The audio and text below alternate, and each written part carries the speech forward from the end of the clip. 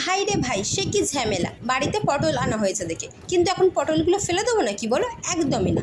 চট করে ছোট ছোট করে পটলগুলোকে কেটে নিয়ে তেলের মধ্যে গোটা জিরে, কাটা পটল, গাজর কুচি, লঙ্কা কুচি, তোমরা চাইলে আরও অনেক কিছুই দিতে পারো।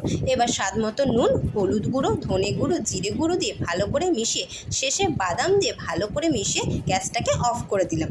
এবার অন্য বাটিতে দুটো গ্রেট করা সেদ্ধ আলু, 3 চামচ কর্নফ্লাওয়ার ও স্বাদ মতো নুন দিয়ে ভালো করে ডোয়ের মতো মেখে নিতে হবে। ভুলেও কিন্তু জল দেবে না। এবার লেচি কেটে এর মধ্যে স্টাফিং দিয়ে ভালো করে মুখটাকে বন্ধ করে দিতে হবে, যাতে তেলে ছাড়া মাত্র পুরটা বাইরে বেরিয়ে না যায়। এরপর গরম তেলে অল্প আঁচে হাতে টাইম নিয়ে ধীরে ধীরে ভাজতে হবে। ব্যাস রেডি। আমার মেয়ে তো খেয়েও বুঝতে পারেনি এর ভেতরে পটল আছে। তোমরা খাওয়া নিয়ে সেম ঝামেলা ফেস করলে এইভাবে একবার ট্রাই করতে পারো। সত্যি বলতে এখানে যা ঝড় শুরু হয়েছে সন্ধেবেলার দিকে, এই সন্ধ্যের দিকে এরকম গরম গরম আর নরম নরম পকোড়া হাতে পেলে বেশ মন্দ হয় না কিন্তু। ভিডিওটি ভালো লাগলে লাইক শেয়ার সাবস্ক্রাইব করে দেবেন।